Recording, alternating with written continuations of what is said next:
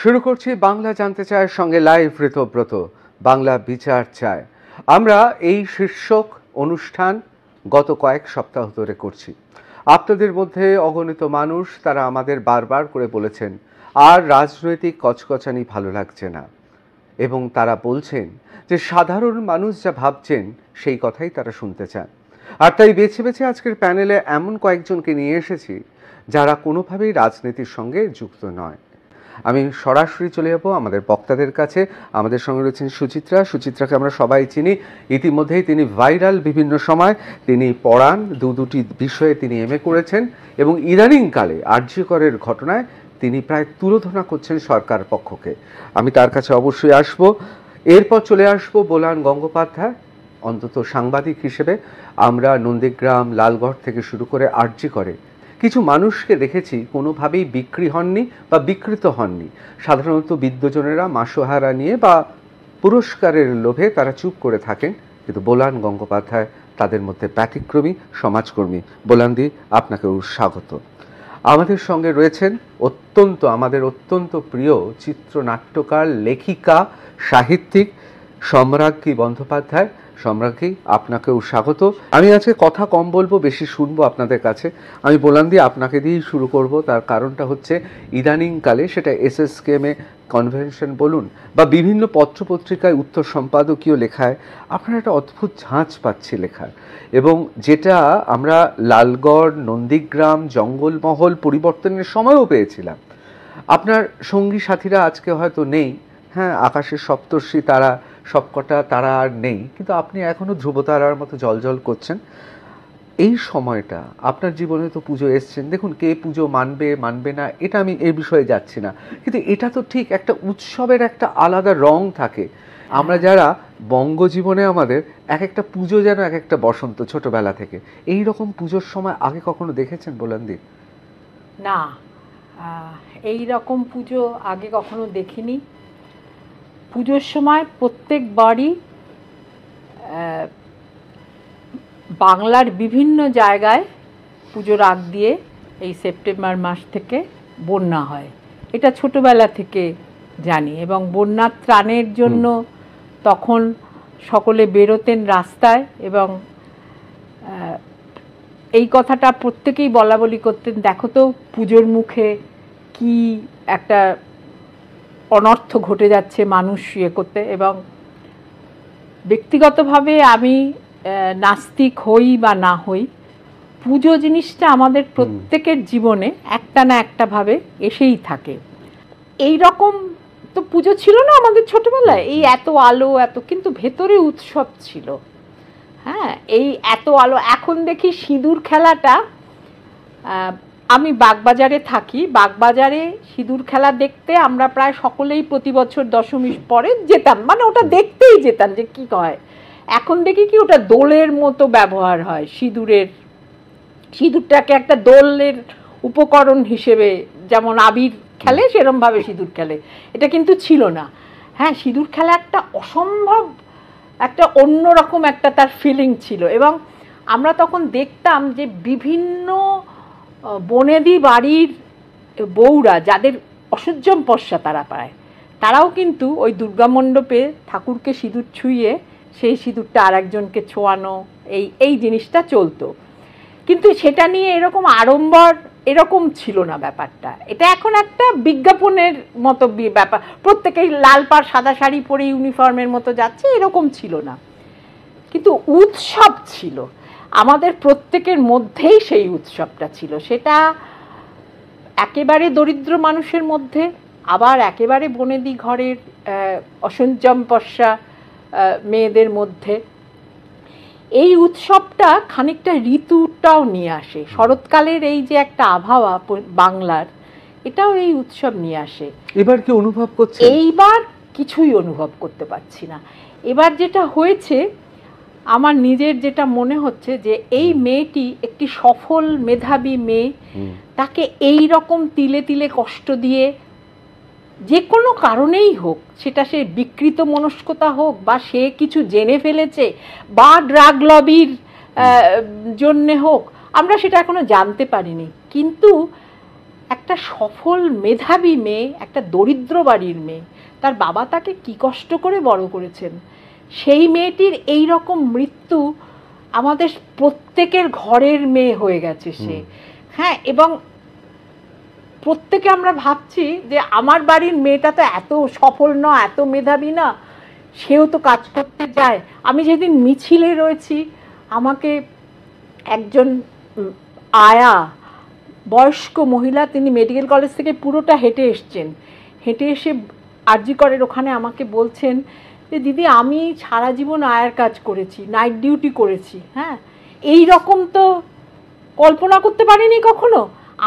এখন আমি আর কাজ করতে পারি না, আমার মেয়েটাও এই কাজ করে, কিন্তু আমি তাকে আর নাইট ডিউটিতে যেতে দেব না। কালকে আমার এক বান্ধবী, তার নাতনি ডাক্তারি পড়বে বলে ইচ্ছে করছে, তা আমি জিজ্ঞেস করছিলাম কি ডাক্তারি জয়েন্টে বলছি কি এখন আমরা বলছি ডাক্তারিতে যেতে হবে না, বলছে আমরা যতই বলি ছেলে আর মেয়ে, সে আমার সেই বান্ধবী বলছে যে আমি যতই বলি আমি ছেলে আর মেয়ে কিছু না, আমরা সমান করে মানুষ করছি, কিন্তু আফটার অল তো ওর মেয়ে, ওর তো শরীরটা মেয়ের। হ্যাঁ, এই যে আমাদের ভেতরে এই মর্মান্তিক একটা চেতনা এই মেয়েটি দিয়ে গেল যে মেয়েদের শরীরটাই হচ্ছে আসল এবং সেইটাই হচ্ছে তার মেয়ে পরিচয়, এই জায়গাটা আমার মনে হয় সমস্ত মায়েদের লেগেছে। এই জায়গাটা আমার মনে হয় প্রত্যেকটি মেয়েকে আঘাত করেছে যে আমার শরীরের বাইরে আমার মেধা, আমার শিক্ষা, আমার রুচি সেসব কিচ্ছু না, আসলে ultimately at the end of the day আমি একটা শরীর, আমি একটা নারীর শরীর। এই যে একটা ভয়ঙ্কর ধাক্কা বাঙালি সমাজ খেয়েছে, তার কারণ আরেকটা হচ্ছে যে বাঙালি কিন্তু অনেক কারণে, সে তো এখন বিস্তারিত বলার না, বাঙালির মধ্যে কিন্তু ভারতবর্ষের অন্যান্য যে কোনো জাতির তুলনায় মেয়েদের সম্মান করার জায়গাটা অনেক পাকাপোক্ত। বাঙালির মধ্যে কিন্তু মেয়েদের অসম্মান করাটা ভারতবর্ষের অন্যান্য জায়গার তুলনায় অনেক কম।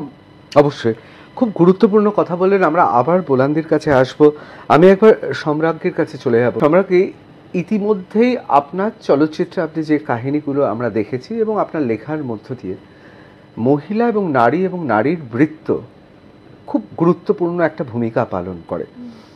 এই ঘটনাতে আমরা আপনাকে দেখেছি, আমি সেটা যাদবপুর হতে পারে, সেটা প্রকাশ্য রাজপথে হতে পারে, আপনিও নেবেছিলেন, আরও ইন্ডাস্ট্রির অনেক মানুষজন নেবেছিলেন।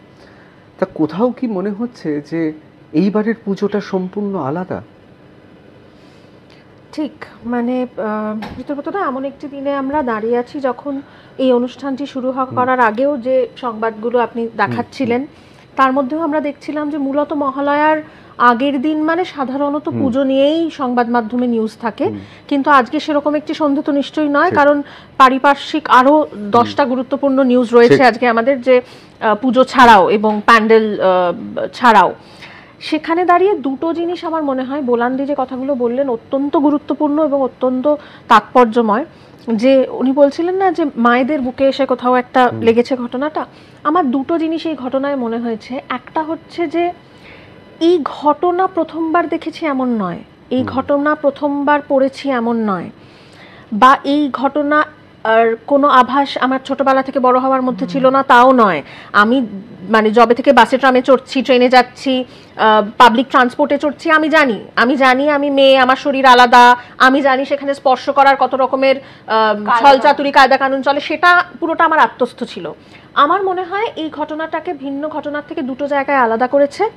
একটা আমি বলবো মানে একটা হচ্ছে যে কথাটা বোলান্দি বলছিলেন না, যে একটি মেধাবী মেয়ে, হ্যাঁ সেটার যেমন একদিকে আমার মনে হয় যে হ্যাঁ একজন মেধাবী করিতকর্মা মেয়ে, একজন ডাক্তার, তার সঙ্গে যখন এরকম হতে পারে তাহলে তো আমাদের যে কোনো কারোর সঙ্গে এরকম হতে পারে, এই বোধটা থাকে। একই সঙ্গে আমি বলবো ঋতব্রতদা, এটা কিন্তু আমাকে মানুষ হিসেবে একটা নতুন প্রশ্নের মুখেও দাঁড় করিয়েছে। আমি খুব ব্যক্তিগতভাবে বলবো, আমি কারোর দিকে আঙুল তুলবো না, যে যদি আজকে ডাক্তার না হতো তাহলেও আমি একইভাবে রিয়্যাক্ট করতাম। তো আমি নিজেকে বহুদিন সকালে এই প্রশ্নটা করেছি ঋতব্রতদা, কারণ সত্যি হয়তো আর 5টা ঘটনায় সবসময় আমি একইভাবে প্রতিক্রিয়াশীল হয়ে উঠিনি, এটা আমি আমার বিবেককে প্রশ্ন করছি, আমি অন্য কাউকে করছি না। দ্বিতীয়ত আমার মনে হয় এই ঘটনাটা আর একটা কারণে খুব ব্যতিক্রমী এবং আমাদের সকলকে কোথাও একটা হন্ট করেছিল, সেটা হচ্ছে আমরা হয়তো ভেবেছিলাম যে মানে একটা যে কোনো পরিকাঠামোয় ব্যক্তির মধ্যে যে অপরাধ মনস্কতা সেটা হয়তো রাতারাতি বদলে ফেলা যায় না বলেই আমার ধারণা, কিন্তু সিস্টেম সেটাকে তক্ষুনি দমন করার চেষ্টা করছে কিনা সেইটার দিকে একটা মানুষের চোখ থাকে। ফলে আমার মনে হয় এই ঘটনাটা আরেকটু আমাদের হন্ট করে গেছে এবং আরেকটু আমাদের ধাক্কা দিয়েছে। সেটা শুধু ঘটনাটার জন্য নয়, ঘটনাটার পরবর্তী সময় সিস্টেমের থেকে ইমিডিয়েটলি আমরা যে যে পদক্ষেপ দাবি করেছিলাম বা আশা করেছিলাম সেই পদক্ষেপগুলোর অনেক পদক্ষেপই পরবর্তী সময় নেওয়া হয়েছে, কিন্তু সেটা বেশ খানিকটা বিলম্বের পর নেওয়া হয়েছে।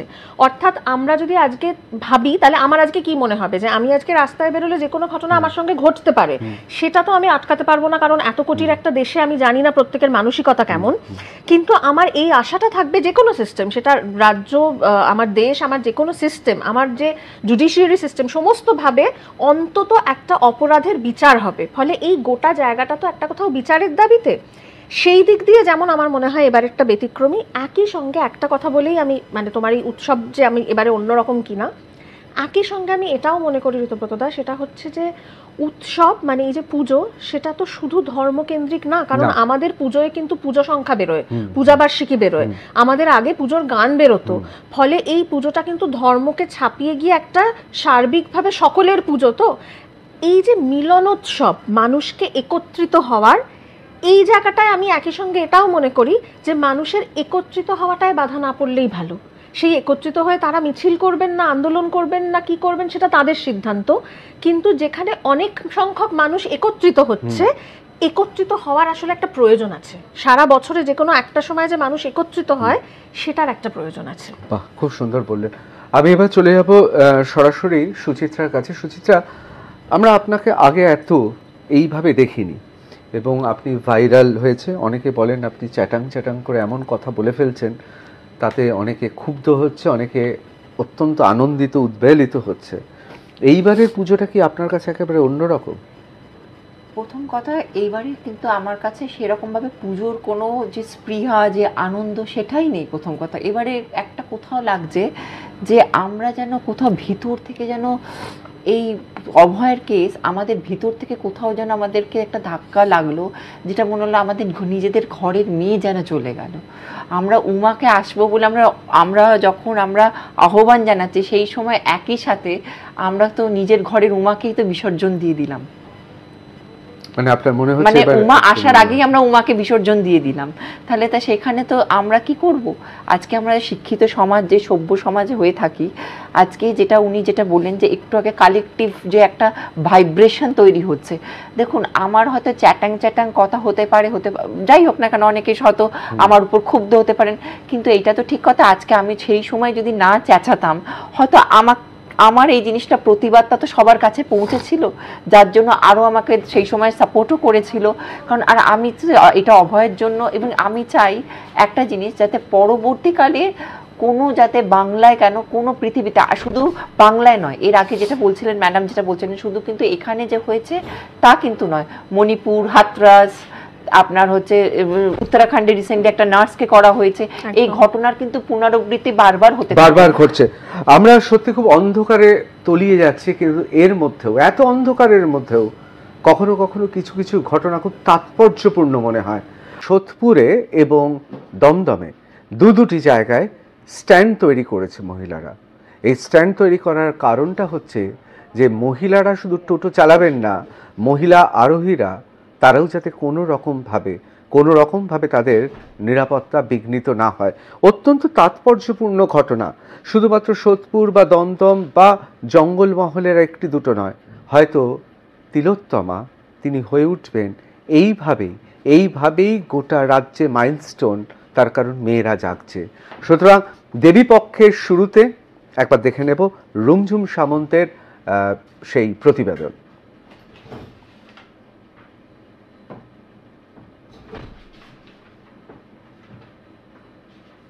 বিশ্বে যা কিছু মহান সৃষ্টি চিরকল্যাণকর, অর্ধেক তার করিয়াছে নারী, অর্ধেক তার নর। বিদ্রোহী কবি কাজী নজরুল ইসলামের এই উক্তিকে পাথেয় করে এগিয়ে চলা। আরজিকর কাণ্ডের প্রতিবাদের আবহে নির্যাতিতার বিচার চেয়ে গোটা দেশ যখন প্রতিবাদ মুখর, ঠিক সেই সময় শহর কলকাতায় দেখা মিলল এক অন্যরকম প্রতিবাদের। নির্যাতিতার সঠিক বিচার চেয়ে ও মেয়েদের সুরক্ষার স্বার্থে দমদম ক্যান্টনমেন্টের সেন্ট্রাল জেল মোড়ে তৈরি হলো তিলোত্তমা টোটো স্ট্যান্ড। 12 জন মহিলা টোটো চালক পরিচালিত এই টোটো স্ট্যান্ড। তাদের একটাই দাবি, তিলোত্তমা বিচার পাক, তিলোত্তমারা এগিয়ে যাক, তাদের মাধ্যমেই তিলোত্তমা বেঁচে থাকবেন। তিলোত্তমারা টোটো চালাচ্ছেন ঠিকই, কিন্তু রাস্তায় বেরিয়ে নানা প্রতিকূলতার সম্মুখীন হতে হচ্ছে তাদের। আমরাও তো একটা মেয়ে, আমরাও তো বিচার চাই। আমরাও তো সবার মানে আমরা যতগুলো মেয়ে আছি সবাই গাড়ি চালাই, সবারই তো একটা সুরক্ষতা চাই। তা আমরা চাইলাম যে তখন যে তিলোত্তমা নামে টোটো স্ট্যান্ডটা খুললেই আমাদের সব থেকে ভালো, সে আমাদের মধ্যে বেঁচে থাকবে, আমাদের মধ্যে বেঁচে থেকে আমরা তিলোত্তমা হিসাবে আমরা লড়াই করে চলবো। মেয়েরা সবকিছুই এখন করে, মেয়েরা সবকিছুতেই এগিয়ে আছে, কিন্তু এগোতে দিচ্ছে কোথায়? যেমন আমরা গাড়ি নিয়ে গেলে রাস্তা দিয়ে বাসওয়ালাদের মুখ শুনতে হচ্ছে, অটোওয়ালাদের মুখ শুনতে হচ্ছে, অটোওয়ালারা চেপে দিচ্ছে, ধাক্কা মেরে চলে যাচ্ছে। এমনও বলছে ওই তো তিলোত্তমা করবি, তিলোত্তমা তোদের দেখিয়ে দেবো, তিলোত্তমার মতন অবস্থা তোদেরও করে দেবো। অটোওয়ালারা বলেছে, ক্যান্টনমেন্টের অটোওয়ালারা, এই আমাদের ঈশ্বর দিনকার যেদিনকার আমাদের এই উদ্বোধন হলো, হ্যাঁ মুখে অ্যাসিড বাল্ব মারবো, তোদের তিলোত্তমা করা বের করে দেবো, তিলোত্তমা টোটো স্ট্যান্ড করবি সব বের করে দেবো, তিলোত্তমার মতন অবস্থা তোদেরই করে দেবো, তোদের এই খুন্তি নিয়ে ঘরে থাকবি। এইভাবে অটোওয়ালা এখনো করছে, এখনো আমাদের সঙ্গে লড়ে যাচ্ছে। প্যাসেঞ্জার নিয়ে যাওয়ার পথে কটু কথা তো রয়েইছে। পুরুষ অটো চালকের হাতে মারও খেতে হয়েছে এক মহিলা টোটো চালককে। মাঝে মধ্যেই হেনস্থার শিকার হতে হয়, অভিযোগ এমনটাই। কিন্তু কেন এমন আচরণ? শুধুমাত্র মহিলা বলেই কি এভাবে দমানোর চেষ্টা? একটা ভাড়া নিয়ে এখান থেকে সরে যেতে হয়, তো আমাদের গাড়ির খরচা আছে পার ডে 100 টাকা, তাহলে আমাদের তো সেই রোজগারটা করতে হবে। আমাদের 4 বার একটা গাড়ি আমাকে 4 বার আটকে বলছে কোত্থেকে প্যাসেঞ্জার তুলেছি। আমি কি কোনো অটোওয়ালা বা টোটোওয়ালাকে কৈফিয়ত দেবো আমি প্যাসেঞ্জারটা কোত্থেকে তুলেছি? আমি তো রোডে নেমেছি খাটার জন্য, আমি রীতিমতন এই গাড়িটার রোড ট্যাক্স দিয়ে নেমেছি, তাহলে কেন আমি প্যাসেঞ্জার তুলবো না? সে আমাকে 4 বার আটকালো, তারপরে রেখে আমি দাঁড়িয়ে থেকে কথা বললে সে সরে গেল, বললো ক্যান্টনমেন্ট ঢুকবি দেখে নেব। যদি বলি বৌনির পাশে, কিসের বৌনি, এটা আমাদের রুট, তোদের কোনো রুট আছে নাকি, তোরা গলির ভেতর গিয়ে চালা, এই সব নানা রকম কথাবার্তা আছে। তারপর আমার সাথে তো আমি তো প্রচণ্ড মানে মুখোরা বলতে গেলে, আমি একদম ঝটাপট উত্তর দিয়ে দিই। আর আমার সাথে তো আয়ের দিন সবার সাথে ঝামেলা হচ্ছে, এই চাবি খুলে নিচ্ছে, নয় চাকার হাওয়া খুলে দিচ্ছে। আমাদের যে চাকারও হাওয়া খুলে দেয়, আমাদের কত প্রবলেম হয়ে যায়, আমরা তো মেয়ে মানুষ, আমরা তো গাড়ির চাকা করতেও সমস্যা লাগে। এবার হয়তো খুলে নিয়ে চলে গেলো চাবিটা, এবার শটাপটের মধ্যে এমনভাবে হলো গাড়ির নাম্বারটাও যে দেখবো তখনও তো মাথা কাজ করে না। গাড়ির নাম্বার শুধুমাত্র আরজি করেই নয়, দেশের প্রায় প্রতিটি কর্মস্থানেই কম বেশি মহিলাদের হেনস্থা, শারীরিক নির্যাতনের মতো ঘটনা যেন নিত্য নৈমিত্তিক হয়ে উঠেছে আজকের সমাজে। যে বাংলায় অশুভ শক্তির বিনাশে মা দুর্গার আরাধনা হয়, সেই বাংলাতেই অপমানিত, অত্যাচারিত বাস্তবের দুর্গারা। এমনটা তো হওয়ার কথা নয়। আজ তাই আরজি করের ঘটনা প্রত্যেক নারীকে সংঘবদ্ধ করে তুলেছে। সিস্টেমের বিরুদ্ধে গর্জে উঠেছেন তাঁরা। তিলোত্তমার ন্যায় বিচারই যেন নতুন করে পথ দেখাবে তাঁদের। দেবীপক্ষের সূচনায় সেই দিনের জন্যই যেন প্রহর গুনছেন বাংলার প্রতিটি মহিলা। ক্যামেরায় পার্থ চক্রবর্তীর সঙ্গে রুমঝুম সামন্তের রিপোর্ট, আর+ নিউজ। আরজি করের ঘটনা হয়ে যাওয়ার পরও সাগর দত্ততে হুমকি দেওয়া হচ্ছে মহিলা নার্সদের যে বেশি বাড়াবাড়ি করলে আরজি কর করে দেব। একই কথা প্রতিধ্বনিত হচ্ছে সোদপুর থেকে, দমদম থেকে শুরু করে বিভিন্ন জায়গায়। এত সাহস কি করে থাকে? কথা বলতে বলতে আমাদের সঙ্গে চলে এসেছেন মৌমিতা ভট্টাচার্য, উদ্যোগপতি। মৌমিতাও আজকে আমাদের আমন্ত্রিত অতিথি। মৌমিতা, আমরা এতক্ষণ আলোচনা করছিলাম পুজো একটা উৎসব, এবং প্রত্যেকবার আমাদের জীবনে তো বোধহয় বসন্ত দিয়ে গুনি না, আমরা একটা পুজো দিয়ে গুনি। অর্থাৎ একটা পুজো গেল, আরেকটা পুজো এলো। ছোটবেলায় আর বসন্ত কোথায়, বড় বয়সেই বা বসন্ত কোথায়, কিন্তু পুজোটা থাকে। যেটা সম্রাজ্ঞী বলছিলেন, আমাদের কাছে পুজোটা তো শুধু পুজো নয়, পুজো মানে পুজোর খাওয়া, পুজোর গান, পুজোর ঘোরা, পুজোর ফ্যাশন, পুজোর সংখ্যা, পুজোয় প্রিয় লেখকের উপন্যাস বা প্রবন্ধ পড়া, কবিতা পড়া। আপনার কাছে কি এইবারের পুজোটা একেবারে অন্যরকম লাগছে, নাকি মনে হচ্ছে একই রকম? না, অবশ্যই তো অন্যরকম তো আছেই। কারণ কি, আমরা মা দুর্গাকে নারী শক্তি হিসেবে আমরা আরাধনা করি, ঠিক আছে? তো আমাদের এই আরজি করের ঘটনাটা যেটা ঘটে গেছে, সেখানে তো অবশ্যই আমাদের মানে জনসাধারণের, সর্বসাধারণের আমাদের মন ভারাক্রান্ত। কোথাও না কোথাও তো আমরা এটা নিয়ে অবশ্যই মানে কোথাও ভাবছি যে এটা যে ঘটনাটা ঘটে গেছে সেখানে বলতে পারি যে আমরা নারীরা কোথাও আমরা সুরক্ষিত নই, ঠিক আছে। মানে আগেও যখন আমরা ছোটবেলা থেকে আমরা যখন পুজো করে এসেছি, এরকম নয় যে সেই সময় আমরা খুব সুরক্ষিত ছিলাম, কিন্তু এখন কি হচ্ছে যে এই ঘটনাটা কোথাও যেন আমাদেরকে মানে কোথাও একটা আমাদেরকে জাগিয়ে তুলেছে। মানে আমাদের অনেক দিনে আমাদের তো প্রতি পদেই আমরা অনেক কিছু ফেস করি, অনেক কিছু মানে কি বলবো, অনেক কিছু ব্যবহার, দুর্ব্যবহার, অনেক কিছু কথা সম্রাজ্ঞীও বলছিলেন। মানে আমাদের রাস্তাঘাটে চলার পথে, কাজ কর্মক্ষেত্রে, সব জায়গাতেই আমরা কিছু না কিছু মানে বাজে ঘটনার মুখোমুখি হই আমরা। কিন্তু এই ঘটনাটা যেটা ঘটেছে সেটা আমাদেরকে, নারী শক্তিকে কোথাও আমাদেরকে জাগিয়ে তুলেছে। এবারে পুজোটাকে কিছুটা মনে হচ্ছে যে আরজি করের স্মৃতি, নির্যাতিতা, যাকে কেউ তিলোত্তমা বলছেন, কেউ অভয়া বলছেন, কেউ কেউ বলছেন তাকে শহীদের মর্যাদা দেওয়া উচিত, কারণ একটা সিস্টেমকে আটকাতে গিয়েই তিনি প্রাণ দিয়েছেন, নির্যাতিত হয়েছে। কোথাও মনে হচ্ছে একটু আলাদা। মানে আগের বার পুজোতে রাত পোহালেই মহালয়া শুনবো, অবশ্যই যে রোমাঞ্চটা খেলতো, যে উৎসবের বাতাবরণ তৈরি হতো, এবার কি মনে হচ্ছে একটু থমকে দাঁড়িয়েছে সময়? এবারে অবশ্যই আমি মানে বলতে পারি, কালই আমার বাবা বলছিলেন এবং আমার হাজব্যান্ডও বলছিলেন যে এবারে ঠিক পুজো যে মহালয়া, যে কালকের যে মহালয়া, সেই মানে পরিবেশটা যেন আমরা কোথাও মানে উপলব্ধি করতে পারছি না। এখন সব জায়গাতেই, জায়গায় জায়গায় আমরা একটাই শুধু দেখতে পাচ্ছি যে তিলোত্তমা যাতে সঠিক বিচার পায়।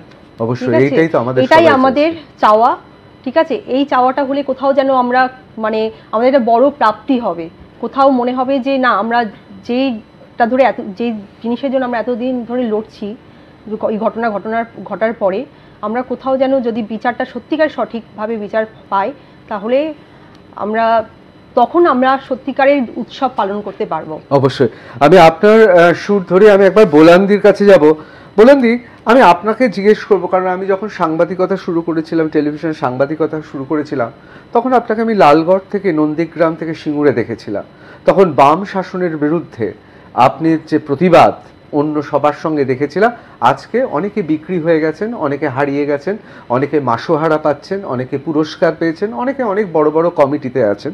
সুতরাং তারা তো আজকের তো নেই। আবার আজকে শঙ্খ ঘোষও নেই, যে শঙ্খ ঘোষ একসময় বিমানবাবুরা ছুটে যেতে বাধ্য হয়েছিল, কারণ আলিবুদ্দিন স্মৃতকে এক কথায় তোপ ডেকেছিলেন। আবার সেই শঙ্খবাবুকে আমি দেখেছি যে উন্নয়ন নিয়ে কম নাস্তানাবুদ করা হয়নি এই আমলে।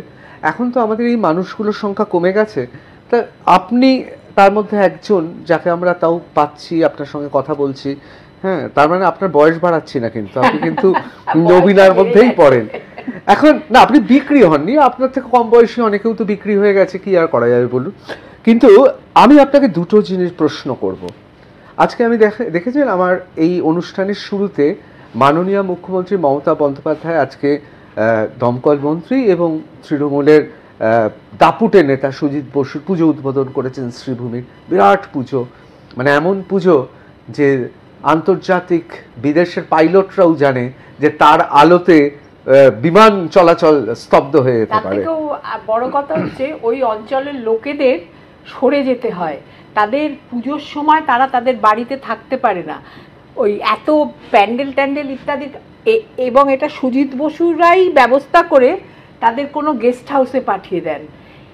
পুজোর সময় আমি আমার বাড়িতে থাকতে পারবো না, মানে কি ধরনের জুলুম, মানে এটাকে পুজো বলে? মানে আমি জানি না। আমি একদিন এটা নিয়ে অনুষ্ঠান করব, কারণ এখন পুজোটা তো আগে জমিদাররা করতেন, আর এখন যারা রাজনৈতিক দলের নেতা তারা করেন, বিরোধী দলও করে, হ্যাঁ, কিন্তু এটা এখনো রাজকীয় ব্যাপার আছে। আমি একটু আপনাকে যে বিষয়ে বলবো, যে মাননীয় মুখ্যমন্ত্রী উদ্বোধন করলেন, আবার আমরা সুকান্ত বাবুকেও দেখালাম, আমি আলোচনার মধ্যে যাচ্ছি না, কিন্তু এই যে শাসক এবং প্রধান বিরোধী দল এবং আর দুটো যে দল আছে, তারা অবশ্য এখন মানে সেই হিসেবে পায়ের তলার মাটিটা তাদের শক্ত নয়, লাল কেমন কালচে হয়ে গেছে। আর যারা জাতীয় রং নিয়ে এত গর্ব করতেন, তারা মালদা মুর্শিদাবাদের মধ্যেই আছেন, আমি তাদের নিয়েও কিছু বলবো না। ইংরেজিতে কথা আছে না, ডোন্ট হিট বিলো দ্য নি, তারা এখনো অবধি বিরোধিতা সেরকম করতে পারেনি। কিন্তু তা সত্ত্বেও বলবো, কোথাও কি মনে হচ্ছে এই যে মূল স্রোতের রাজনৈতিক দলগুলো এইবার বোধহয় জনগণের স্পন্দনটা বুঝে উঠতে পারছে না।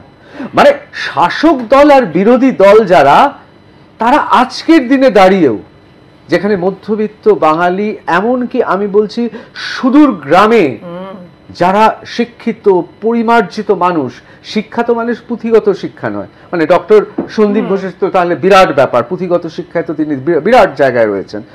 কোথাও মনে হচ্ছে যে এবারে পুজোটা মানুষ কি চাইছে, মানুষের চিন্তা ভাবনাটা ধরতে পারছে না এই রাজনৈতিক দলগুলো? এটা তো প্রথম থেকেই বোঝা যাচ্ছে যে এটা এদের সিলেবাসের বাইরে। ঠিক, হ্যাঁ, এবং এই যে এত মানুষ নেমেছেন রাস্তায়, যেটা আমরাও কখনো আগে দেখিনি, সেটা প্রথম দিকে আমার মনে হয়েছে যে শাসক দল বুঝতে পারেনি যে আঘাতটা কোথায়, কত গভীরে, যার জন্যে এইরকম একটা অদ্ভুত উদ্ধত উক্তি যে আপনারা উৎসবে, অনেক তো হলো, এবার উৎসবে ফিরে আসুন। এই উৎসবে ফেরার আহ্বানটা যে মানুষকে কোথায় আঘাত দিচ্ছে, উৎসবে যে কেউ কারোর কি বলবো ইনস্ট্রাকশনে ফেরে না, উৎসব মানুষের ভেতর থেকে উৎসারিত হয়, সেইটা ভুলে গেছেন উনি। হ্যাঁ, সব কিছু কন্ট্রোল করতে করতে ওর মনে হচ্ছে মানুষকে আমি বলবো যে ঠিক আছে এইবার হলো তো অনেক প্রতিবাদ, এবার আপনারা আনন্দে আসুন। সেটা মানুষকে আরো বেশি আঘাত দিয়েছে। প্রধান বিরোধী দল তো সেই হিসেবে কিছু করতে হ্যাঁ, পারেনি। না, প্রধান বিরোধী দল তারাও প্রথম দিক থেকে ভেবেছিল, নানাভাবে এই আন্দোলনে ঢুকতে চেষ্টা করেছিল। এবং তোমাকে আমি বলছি যে কামদুনিতে যে মেয়েটি মারা যায়, আমরা প্রথম গিয়েছিলাম মানে সিভিল সোসাইটির পক্ষ থেকে, জানি 2000। হ্যাঁ, কামদুনিতে যে মেয়েটি মারা যায় সেও কিন্তু এরকম নৃশংস, মানে এর থেকে কম নৃশংস নয়, সেটা সাংঘাতিক একটা ঘটনা ঘটেছিল, কিন্তু সেটা কোনো সরকারি প্রোটেকশনের মধ্যে ঘটেনি, রাস্তায় ঘটেছিল। এমনকি নির্ভয়া যেটা দিল্লিতে, সেটাও এর চেয়ে কম, তার কারণ সেটা রাস্তায় ঘটেছিল। কিন্তু এই যে মানুষকে যে নাড়া দেওয়ার ব্যাপারটা, সেখানে কিন্তু এই সরকারি প্রোটেকশনের ব্যাপারটাও আছে। আর বিশেষত হসপিটাল, যেখানে মানুষ সবচেয়ে একটা দুর্বল সময়ে যায়, হ্যাঁ, সেইখানে যদি একজন ডাক্তার, যে কিনা হাসপাতালের আসল প্রাণশক্তি, সে যদি এরম হয়, তাহলে আমার রুগীর সিকিউরিটি কোথায়, এটাও তো মানুষের মনে হচ্ছে। কিন্তু এই সমস্ত কিছুর বাইরে গিয়ে আমাদের শাসক দলরা চিরকাল ভেবে এসেছে যে আমার প্রতিপক্ষকে আমি কি করে, তারা তো নাগরিক হিসেবে ভাবে না, তারা ভোটার হিসেবে ভাবে। এবং এই যে ভোটার হিসেবে আমাকে চিহ্নিত করা হয়েছে, আমি যে তার বাইরেও একটা আমার সত্তা আছে, এইটা মানুষের মনকে খুবই মানে বিচলিত করেছে। যে আমি সেদিন মিছিলে যাচ্ছি, প্রথম দিনের মিছিলে একদম সামনে ছিলাম, এক ভদ্রমহিলা, তিনি বাজার করতে এসেছিলেন কলেজ স্ট্রিটে, কাঁধে ব্যাগ ট্যাগ নিয়ে, বয়স্ক মহিলা, মাঝবয়সী।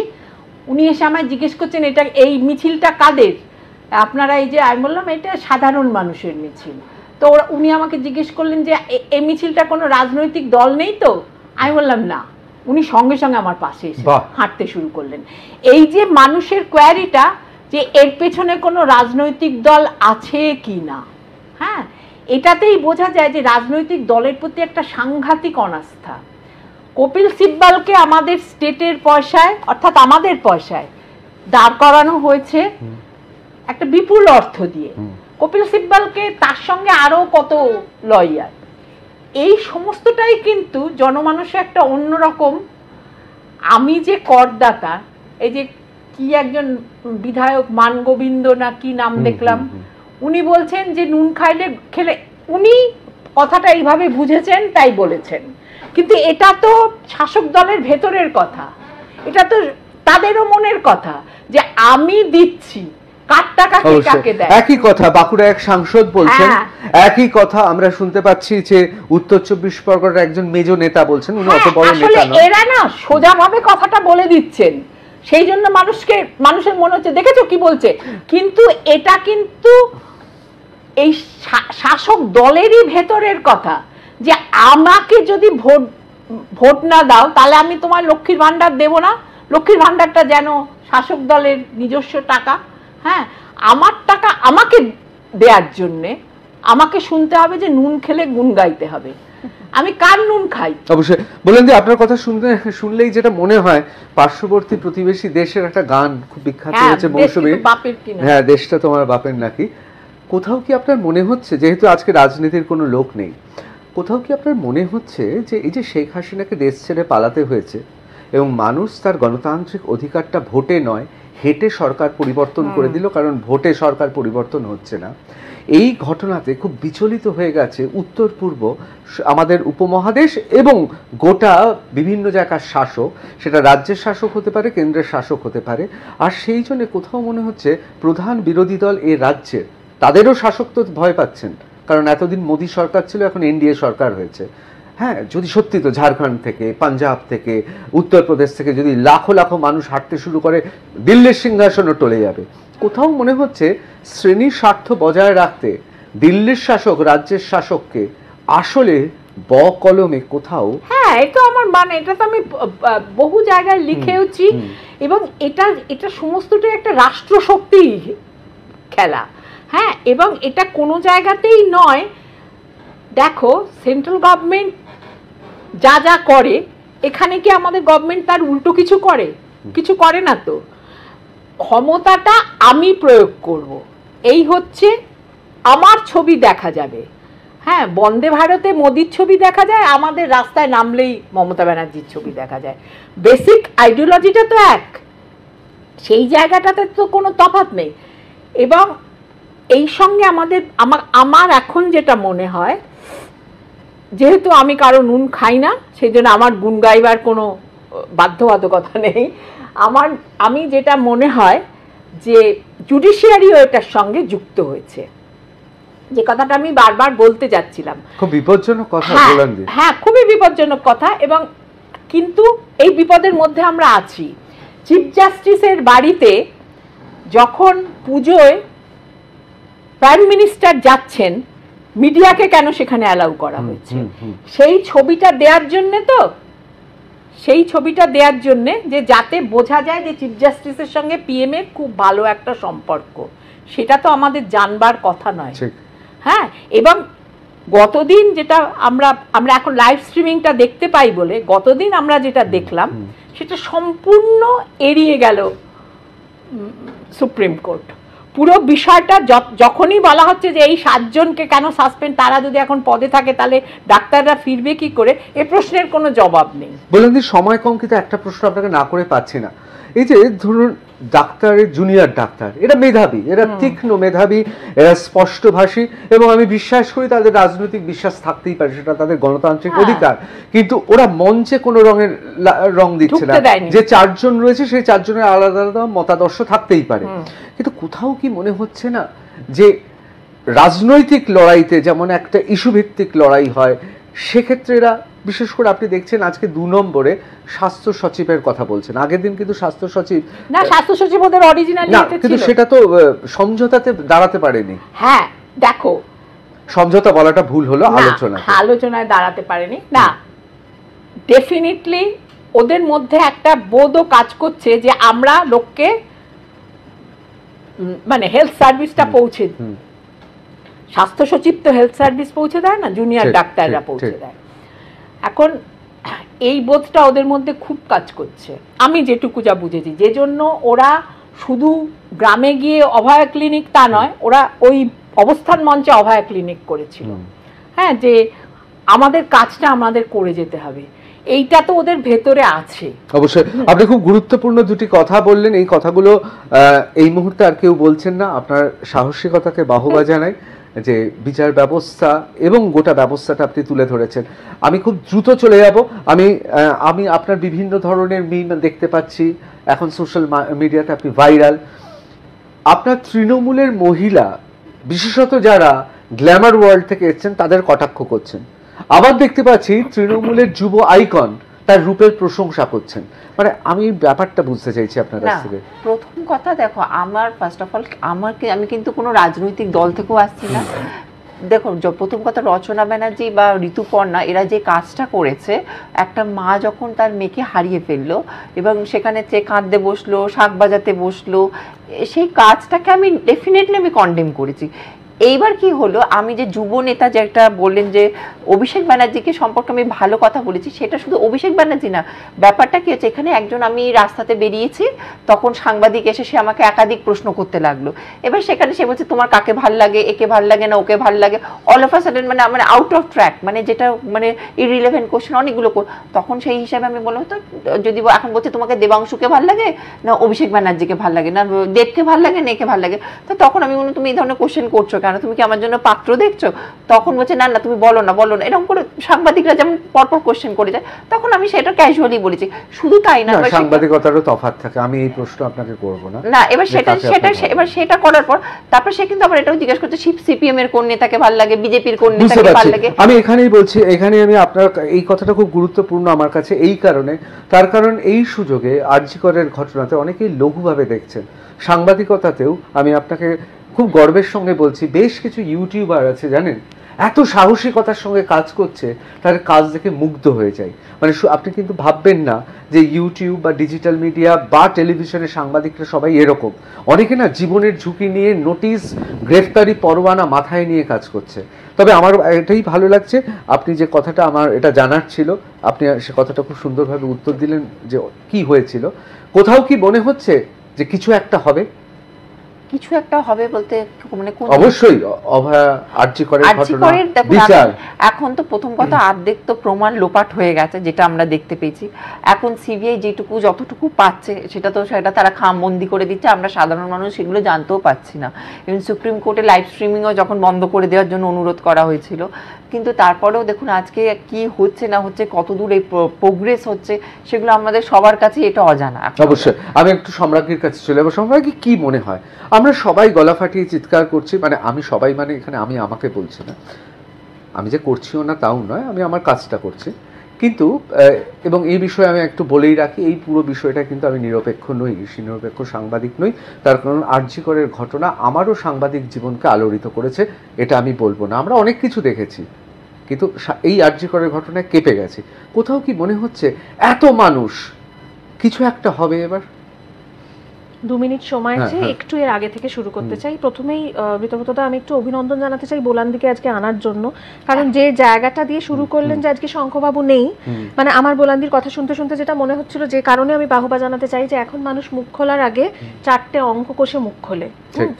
এবং এই যে বিক্রি হওয়ার কথা বলছেন, আমি শুরুতেই যে কথাটা বলতে চাই কিছু হবে কিনা সেই প্রসঙ্গে আসার আগে, যে আমরা একটা ইংরেজির প্রভাব শুনেছি না, আজ ইউ সো ইউ রিপ।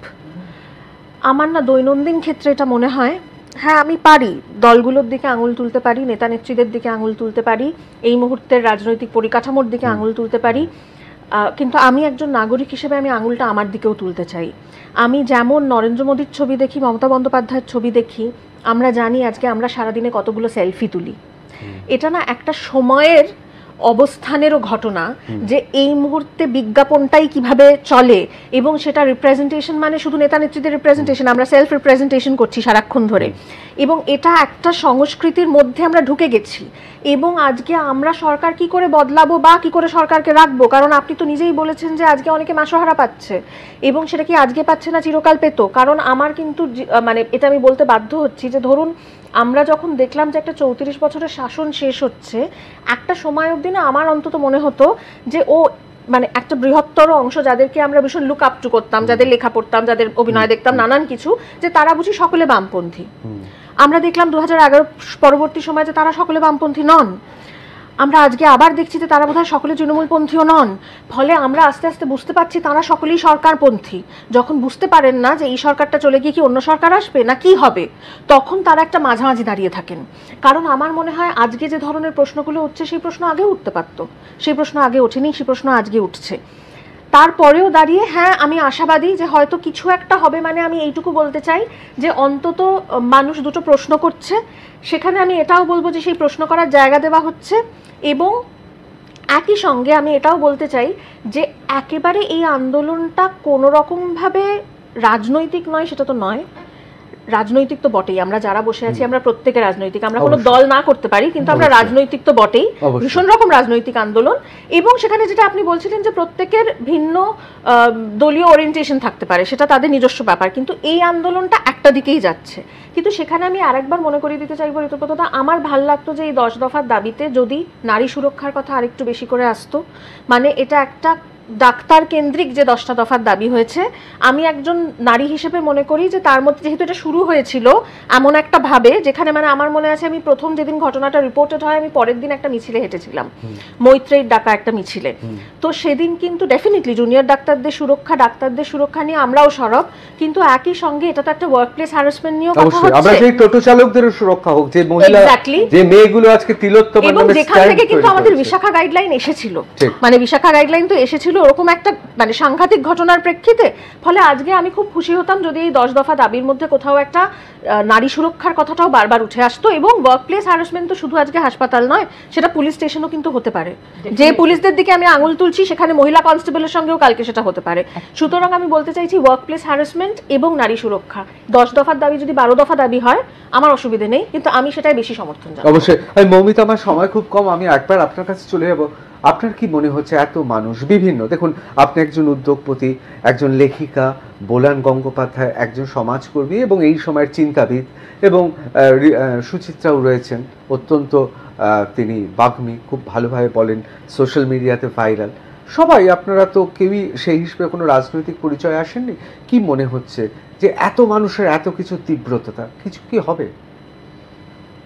কিছু হবে বলতে দিদিরা যেগুলো বললো অবশ্যই, দেখুন মানে কোথাও তো একটা, আমি মৌমিতা আরো স্পষ্টভাবে আপনাকে প্রশ্ন করি, আপনাকে দেখে যেটা মনে হয় বা আপনার সম্পর্কে যা শুনেছি, আপনি তো নিজে উদ্যোগপতি, ব্যবসার কাজেই থাকেন সবসময়,